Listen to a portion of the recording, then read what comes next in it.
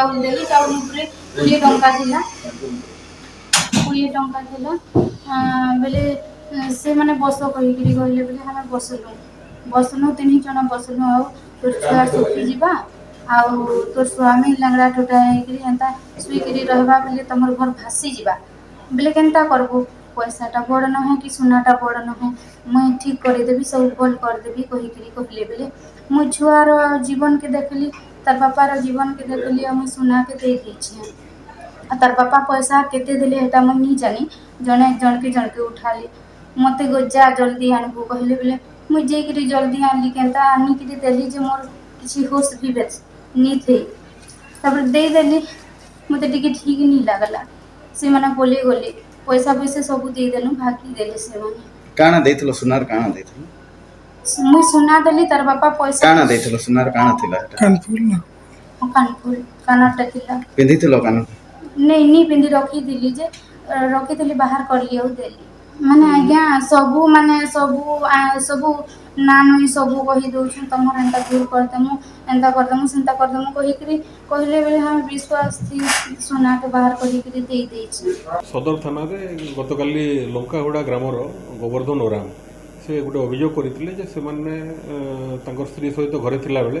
କାଲି ଦିନ ବେଳେ 5 ଜଣ ଲୋକ ଆସିଲେ ଏବଂ ସେମାନେ ଧୋତି ଗାମୁଛା ଏବଂ ଚିତା ଚେତନ ମାରିକି ସବୁ ଥିଲେ ଆଉ ସେମାନେ ନିଜକୁ ସିଦ୍ଧ ପଣ୍ଡିତ ବୋଲି ନିଜର ପରିଚୟ ଦେଇଥିଲେ ହିନ୍ଦୀ ଭାଷାରେ କଥା ହେଉଥିଲେ ଏବଂ ତାଙ୍କୁ କହିଲେ ତୁମର ଘରେ ବିଭିନ୍ନ ପ୍ରକାର ବିପଦ ପଡ଼ିଛି ତୁମର ଗ୍ରହ ଦଶା ପଡ଼ିଛି ଆଉ ତାଙ୍କର ସ୍ୱାମୀଙ୍କର ଦେହ ଖରାପ ହେବ କି ଛୁଆର ମଧ୍ୟ ଦେହ ଖରାପ ହେବ ଘର ଉପରେ ବିଭିନ୍ନ ଆଡ଼ୁ ବିଭିନ୍ନ ପ୍ରକାର ବିପଦର ଆଶଙ୍କା ରହିଛି ବୋଲି ତାଙ୍କୁ ଭୟଭୀତ କରିଥିଲେ ଏବଂ ଏହି ବିପଦକୁ ଟାଳିବା ପାଇଁ ହେଲେ ସେ ଯେଉଁ ପିନ୍ଧିଥିବା ସୁନା ଏବଂ ତାଙ୍କର ପଇସା ଯାହା ଅଛି ତାଙ୍କୁ ଦେଇଦିଅ ବୋଲି କହିବାରୁ ସେ ଭୟଭୀତ ହେଇକି ତାଙ୍କୁ ସେଇଟା ଦେଇଥିଲେ ଦେଲା ପରେ ତୁମର ରିଷ୍ଟ ସରିଗଲା ଆଉ ତୁମ ବର୍ତ୍ତମାନ କିଛି ଅସୁବିଧା ନାହିଁ ବୋଲି କହି ସେମାନେ ସେଠୁ ପଳାୟନ କରିଥିଲେ ତ ସେମାନେ ସବୁ ଅଜଣା ଲୋକ ଥିଲେ ଏବଂ